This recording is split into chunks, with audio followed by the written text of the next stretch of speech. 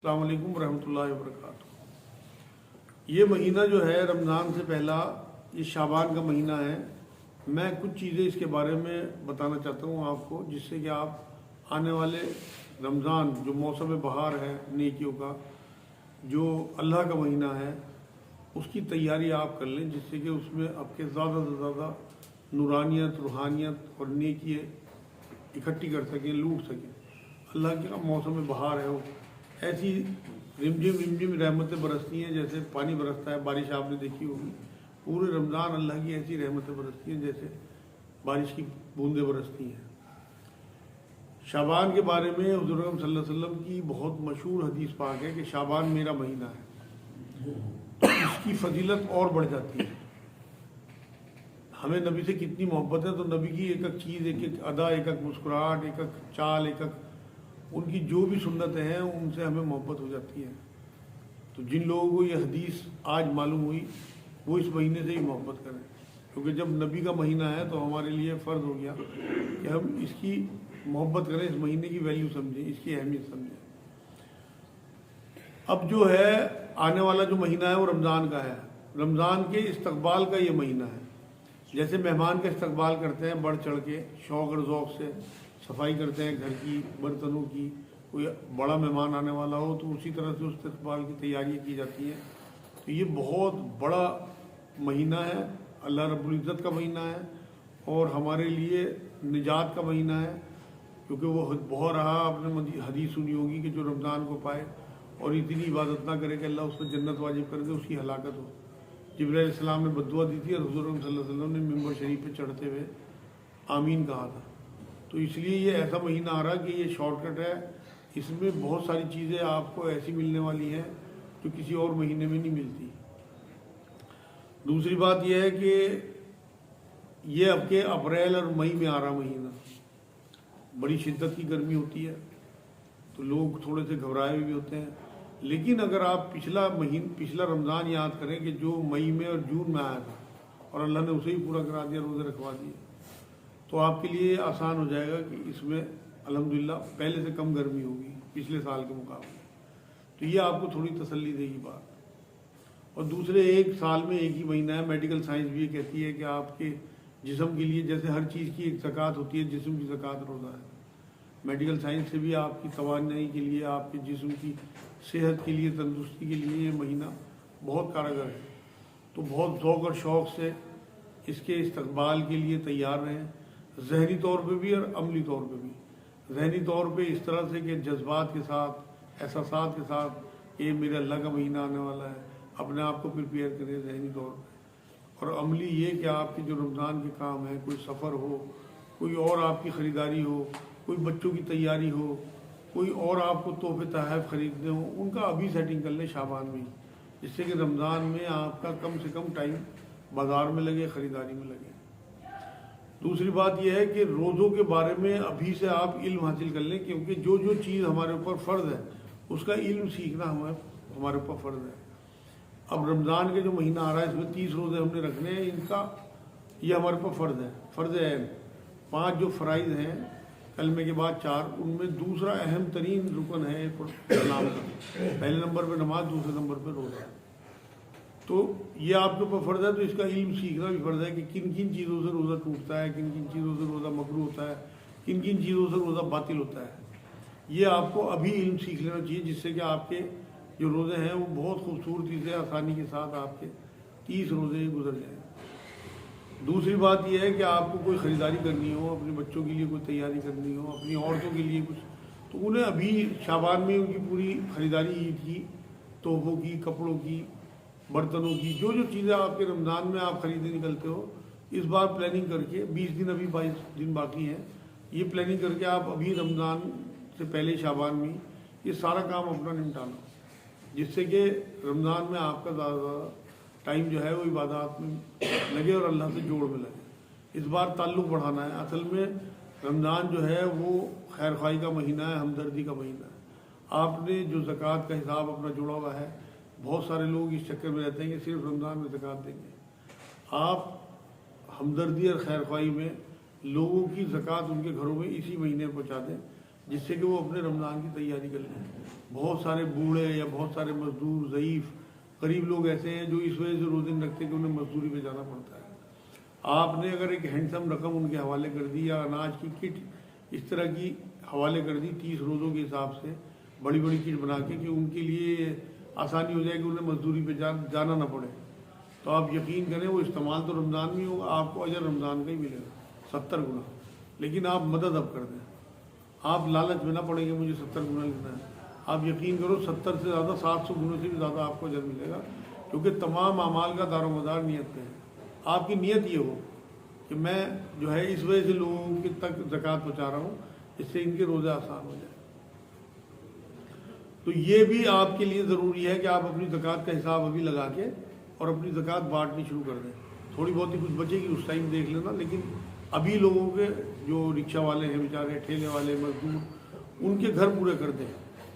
दूसरी बात यह है कि इफ्तार की दुआ जो है उसे आप अपनी इफ्तार की जगह पे लगा दें, जिससे बच्चों को भी याद हो जाए और आप लोगों को याद आ जाया करें कि हमने ये दुआ पढ़नी है। हम जल्दबाजी में कई बार दुआ भूल जाते हैं। तीसरी बात यह है कि अपने कारोबार का मामला सेट करें। अभी बहुत सारे साहबा के बारे में आता है कि वो रमज़ान में कारोबार बंद कर दिया करते हैं, मतलब कुछ नहीं करते, तमाम टाइम अपना फारिग कर लेते थे इबादत के लिए, क्योंकि ऐसा महीना है कि जिसे एक रमज़ान तरीके से मिल गया और उसने ढंग से इबादत कर ली तो उसकी निजात लाजमी है। तो आप अभी तय करें कि आपने रमज़ान में दुकानें खोलनी है नहीं खोलनी है। अगर किसी की मजबूरी हो, कारोबार करना ही है, हमारे दिल बड़े छोटे हैं, तो कम से कम इतना तो तय करें कि मैं रमज़ान जो है वो जितने भी रोज़े होंगे वो घर पे खोलूँगा। मतलब मगरिब के बाद दुकान नहीं खोलनी है आपने। कारोबार अपने इस तरह से सेटिंग कर लें, चाहे पहले खोल लें दुकान, कि आप जो है वो रोज़ा अपने बच्चों के साथ खोलें दुकानों की बजाय, चाहे पिछले सालों में कुछ ही करते रहे। इससे आपको बहुत बरकतें मिलेंगी। घर में इज्तिमाइयत के साथ अपने बीवी बच्चों के साथ रोज़ा खोलेंगे, उनकी भी तबीयत खुश होगी जो इतनी मेहनत करके आपके लिए इफ्तारियाँ बनाती हैं। दूसरे, इफ्तार और खाने का मामला भी थोड़ा हल्का रखें, जिससे कि औरतों को भी टाइम मिले और वो भी इबादत कर सकें। चौथी बात यह है कि दावतों का चक्कर ना करें और ना जाएं, माजरत चाह लें। रमज़ान शरीफ में जितना आप दावतों से बचेंगे उतना आपका टाइम सेव होगा। रमज़ान को जो फजीलत मिली है वो कुरान की वजह से मिली है, कुरान के नुज़ूल की वजह से इस महीने को इतनी फजीलत मिली। तो आप अभी तय करें कि मैंने इस बार इतने कुरान ख़त्म करने हैं तिलावत, और इतने ही कुरान का मैंने तर्जुमा पढ़ना है, वो फिक्र करना है। पिछले रमज़ान में अगर आपने 2 कुरान ख़त्म किए हों तो आप 1 कुरान ख़त्म करें, 1 का तर्जुमा पढ़ें। इस बार तर्जुमे यहाँ फ्री में मौजूद हैं तमाम ज़बान में, और आप लोगों को खुली ऑफर है कि अपने मोहल्लों में, अपने रिश्तेदारों में खूब बंटवाएँ। मैं अल्हम्दुलिल्लाह इस महीने में ही, जो महीना चल रहा शाबान का, इसमें सैकड़ों की तादाद में कुरान पहुँचा चुका लोगों के घरों तक, हिंदी और उर्दू में। तो आप लोगों की ये जिम्मेदारी हो गई, जब आपका कुछ नहीं लग रहा, सिर्फ आपको अपने रिश्तेदारों को कुरान बांटने हैं, कि यहाँ से हर आदमी 50-50 कुरान ले जाए, 20-20, 30-30, 50, जिसकी जितनी मतलब वो हो इस्तात के मैं इतने बांट लूँगा, लिस्ट बना लें और टिक करते रहें। अपने बच्चों के हाथ कुरान पहुँचवा दें और सबको रिक्वेस्ट करें फ़ोन पे, मतलब लहजा भी सख्त ना हो और अल्फाज भी बहुत नरम हो, कि इस बार आप हमारी इतनी सी तमन्ना पूरी कर दो कि कुरान की तिलावत आधी कर दो। अगर किसी ने 1 कुरान सोचा हो तो वो आधा कुरान पढ़े तिलावत में और आधा या तर्जुमा पढ़े। कोई चीज़ समझ में ना आए निशान लगा ले, पढ़ता चला जाए। शुरू में बोरियत होगी, समझ में नहीं आता, कोई बात नहीं, अगली बार में लाजमी समझ में आने लगेगा। और दूसरी बात यह है कि ये जहन अपना बना के रखें कि जो मोहल्ला, ये जो महीना आ रहा है, ये कुरान का महीना है, इसमें हमने हर हाल में तरावीह पूरी सुननी है, और किसी जल्दबाजी वाले मस्जिद में हमने कुरान नहीं सुनना। अभी पता कर लें कहाँ 27 दिन और 29 दिन का हो रहा है, 25, 27, 29 से कम आपने नहीं सुनना। अगर आप बीच में सफ़र में भी जाना हो 2 दिन छोड़ दो, कोई फ़र्क नहीं पड़ता। ना ये पूरी तरतीब और ना ये पूरे महीने तरावी सुनना ज़रूरी है। मैं बहुत रसूख के साथ कह रहा, कोई हदीस साबित नहीं कर सकता कोई, या नबी ने पढ़ी हो पूरे महीने, या नबी ने इस तरह से किया हो कि पूरे महीने इस तरह से कुरान को सुना हो या पढ़ा हो, कहीं से कोई बात साबित नहीं है। ये हमारे यहाँ राइज हो गया और शिद्दत आ गई जहालत की वजह से। रोज़े किसी कीमत पे भी नहीं छूटने चाहिए। तरावी आपकी अगर सफ़र है मजबूरी का तो आप बिल्कुल उसे 1-2 दिन छोड़ दें, लेकिन पढ़ें 27 या 29 दिन का, और दिल खुशी के साथ दिल लगी के साथ। अल्लाह का कलाम है, बहुत बड़ा अल्लाह, उसका बहुत बड़ा कलाम है। तो इसलिए बहुत किसी भी किस्म की कोई बोरियत ना हो, थकावट ना हो, आपका जिस्म ना दुखे कि आप 2-2 3-3 घंटे खड़े, इसे बोझ की तरह ना उतारें। इस बार अल्लाह के वास्ते अल्लाह के कलाम की बेहुरमती ना करें, ना पढ़े तरावी है चलेगा, अगर आप रत्ती बराबर गुनाहगार नहीं होंगे। लेकिन अगर आपने 5 दिन 10 दिन 15 दिन का सुना और आप वहाँ अपनी टांगों को पकड़ते रहे या हाथों को पकड़ते रहे, क्योंकि वो सेहत ही नहीं रही, वो चीज़ें नहीं रही अब खाने की हमारे, तो 1 घंटा आपके लिए बहुत है क़याम में खड़े होना रोज़ों के बाद। ये बहुत बड़ी बात है कि आप सारा दिन रोज़ा रखें और 1 घंटा फिर अल्लाह का कलाम सुनने के लिए खड़े रहें। ये है बड़ी सादत की बात। पूरे महीने में मतलब ये हमें सादत मिलती है, पूरे साल में कभी नहीं मिलती कि हम क़याम में कुरान इस तरह से सुन सकें। तो इसे दांतों से पकड़ के रखिए। इसे ये ना समझे मेरी बात से कि नफिल है तो हम छोड़ भी सकते हैं, क्योंकि ये भी हदीस है हुजूर पाक की कि इस महीने में नफलों का सवाब फ़र्ज़ों के बराबर है। तो आप यही समझें कि हमें फ़र्ज़ों के बराबर सवाब मिलेगा। तो हमने हर हाल में तरावीह सुननी ही सुननी है, और बिना नागा के सुननी है, और तवज्जोही के साथ सुननी है। टाइम से पहले पहुँचना है, अभी मस्जिद तय करनी है। यहाँ हमारे मरकज़ में भी अल्हम्दुलिल्लाह 27 दिन का होगा। और यहाँ एक और अचीवमेंट ये है कि यहाँ पे बाद में हल्का फुल्का खुलासा ही बयान होता है। तो जो अगर यहाँ इमाम हजरात मेरी बात सुन रहे हों, वो भी अपने हाथ जितना कुरान पढ़े 1 सवा पारा, उसका हल्का फुल्का खुलासा 5 से 10 मिनट में बयान कर लें। दिन में नोट कर लें, 5 मिनट लगते हैं, चंद आयतों का मोटा मोटा खुलासा। इस आयत में अल्लाह ने झूठ से मना किया, इस आयत में अल्लाह ने ज़िना से मना किया, इस आयत में अल्लाह ने दूसरों का माल खाने से मना किया, इस आयत में नमाजों का हुक्म है, इस आयतों में नमाजों की फर्जियत है, रोज़ों की फर्जियत। ये मोटी मोटी चीज़ें हर आयत में आपको ज़रूरी नहीं है कि हर आयत का बयान करें। चंद आयतें आपने मान लो एक बार में आपने एक पूरा वो पढ़ा पारा, तो उसमें आपने 10-20 आयतों का भी अगर खुलासा बयान कर दिया तो लोगों को मोटा मोटा अंदाजा हो जाए, उनकी दिलचस्पी बढ़ेगी कुरान में, और फिर वो घर लेके पढ़ेंगे। ये भी रिक्वेस्ट करें लोगों से कि उस पारे का तर्जुमा घर से पढ़ के आए, जिससे कि मज़ा आए उन्हें।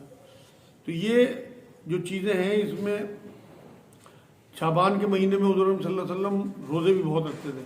हज़रत आयशा रज़ियल्लाहु ताला अन्हा फरमाती है कि इतने रोज़े हुज़ूर को कभी रखते हुए नहीं देखा गया। हज़रत ज़ैद बिन हारिसा रज़ियल्लाहु ताला, उनके बेटे थे हज़रत उसामा, उन्होंने जब हुज़ूर सल्लल्लाहु अलैहि वसल्लम से पूछा कि हुज़ूर इस महीने में आप बहुत रोज़े रखते हैं, क्या वजह है? हुज़ूर ने फरमाया कि ये रजब और रमज़ान के बीच का महीना है, ये मेरा महीना है। इस महीने में अल्लाह के हुज़ूर लोगों के अमाल पेश किए जाते हैं, और मैं चाहता हूँ कि जब मैं मेरे अमाल अल्लाह के हुज़ूर पेश हो तो मैं रोज़े से हूँ। बड़े बुजुर्ग इस महीने को इस तरह ताबीर करते हैं कि रजब फसल बोने का महीना है, शाबान उसे पानी देने का महीना है, रमज़ान उसे काटने का महीना है। फसल को जैसे फसल तैयार करके काटी जाती है, रमज़ान काटने का महीना है। इसे इस तरह भी ताबीर किया जाता है कि जैसे फ़र्ज़ों से पहले सुन्नत है, रमज़ान के रोज़े फ़र्ज़ हैं, इसमें जो आप रोज़े रखेंगे वो एक सुन्नत की हैसियत रखते हैं। जैसे आप ज़ोहर से पहले 4 सुन्नतें पढ़ते हैं, जैसे आप मगरिब से के बाद या मगरिब से पहले 2-2 सुन्नतें पढ़ते हैं, या फजर से पहले 2 सुन्नत पढ़ते हैं, तो ये वो महीना है सुन्नत। तो इसमें जो है खूब अपनी दुआएं बढ़ाएं। शाबान में रोज़ हर नमाज के बाद दुआ करें कि अल्लाह हमें हादसात से, अल्लाह किसी नागानी हमें आफत से, अल्लाह हमारी सेहत ठीक रखे, हम रमज़ान को पा सकें और ज़्यादा ज़्यादा इबादत कर सकें। क्योंकि अल्लाह से जोड़ भी, दूसरे अपने गुनाहों की तौबा और माफ़ी के साथ। अल्लाह पाक है, उसका महीना भी पाक है। रमज़ान पाक कहलाता है कि रमज़ान पाक आने वाला है, आपने सुना होगा जुमला। तो आपने पाक साफ होकर रमज़ान में दाखिल होना है। पिछली जो भी गुनाह आपसे हुए हों उनकी तौबा करके अल्लाह से कि अल्लाह गुनहगार तो हम हैं, लेकिन तेरा महीना पाक आ रहा, उससे पहले हमारे तमाम गुनाह माफ़ करो। लोगों को खूब माफ़ करो, लोगों से माफ़ी मांगो। चेक करो किस किस रिश्तेदार से आपकी दिल बुराई हुई भी है। अगर उससे कोई ऐसा मामला आपका ख़राब हुआ है, बोल चाल बंद है, खुद चले जाओ अल्लाह के वास्ते। हुजूर ने कहा जिसे इन मामलों में अपनी बेइज्जती महसूस हो, अपनी इज्जतें मेरे से ले लेना आखिरत में। खूब लोगों को माफ़ करो, माफ़ी मांग लो, चाहे सारी गलती रिश्तेदार की हो, आप जाके माफ़ी मांग लो। जब आप माफ़ी मांगोगे उसका दिल भी नरम होगा, तो उससे आप इंशाअल्लाह ताला जब माफ़ी लेके रमज़ान में दाखिल होगे तो देखो अल्लाह कैसे कैसे तोहफे देता है, कैसी कैसी बरसात आपके ऊपर रहमत हुई करता है। तो ये रमज़ान शाबान से मुतालिक जो है कुछ चीज़ें थी। तो हमदर्दी के साथ और अखुवत के साथ, लोगों की खैर ख्वाही के साथ इसमें आगे बढ़ें और रमज़ान में दाखिल हों। आगे इंशाअल्लाह आपको अगले हफ्ते में रमज़ान का मतलब बताऊंगा, रोज़ों की वजह बताऊंगा कि किस वजह से रोज़े फ़र्ज़ हुए और हम किस तरह से इस बार किस नीयत के साथ आगे बढ़ें। बड़े बुज़ुर्ग तो जो है वो 6 महीने पहले से रमज़ान इस बारे में दुआएं शुरू कर देते थे कि अल्लाह हमारी सेहत, अल्लाह हमारी ज़िंदगी, अल्लाह 1 साल और दे दे, 1 साल मतलब बरकत बढ़ा दे। और 5 महीने बाद तक दुआएं करते थे, कबूलियत की। लेकिन अब उस तरह के लोग तो नहीं रहे, हम तो गुनाहगार लोग हैं, हमें तो एंड टाइम पे याद आता है। लेकिन हम फिलहाल खुश नसीब लोग हैं, चाहे हम 10-20 ही लोग सही, कि हमारे सामने ये बात आ गई कि शाबान के अभी बाकी हैं अच्छे खासे दिन, आप अपने छुटे हुए रोज़े हों, क़ज़ा रोज़े हुए हों, मेरी बहनों के हैज़ के रोज़े छुटे हुए हों, वो सब रोज़े इस बार पूरे कर लें, जिससे कि अल्लाह का जो कर्ज़ आपके ऊपर है रोज़ों की शक्ल में वो पूरा उतर जाए और आप बेकर्ज़ होकर रमज़ान में दाखिल हों। तो जितने भी दिन हैं उसमें आखिरी शाबान में हुजूर ने मना किया रोज़े रखने को, लेकिन अभी मौका है आपके पास कि आप 8-10 रोज़े तक रख सकते हो 20 शाबान से पहले पहले। तो आखिरी अशरे में आप रोज़े ना रखना, क्योंकि हुजूर को ये था कि आने वाला महीना जो है वो फ़र्जियत का है, तो उसमें ऐसा ना हो कि रोज़ों की वजह से किसी को कोई कमज़ोरी हो जाए, तबीयत ख़राब हो जाए। तो आखिरी अशरे में नहीं रोज़े रखने आपने, अब रोज़े चांस है आपके पास इंशाअल्लाह। तो वो आप ये सब चीज़ें जो हैं इन्हें आप याद रखें और नोट करें, और फिर अगले आने वाले रमज़ान का पुरजोश तरीके से इस्तकबाल करें, जैसे आप अपने मेहमानों का बढ़ चढ़ के इस्तकबाल करते हैं। फिर देखिए आप इंशाअल्लाह ताला आपका मेहमान भी खुश हो जाएगा और वो भी खुश हो जाएगा जिसका वो महीना है इंशाअल्लाह। वमा अलैना इल्ला अल बलाग। किसी के ज़हन में कोई सवाल हो तो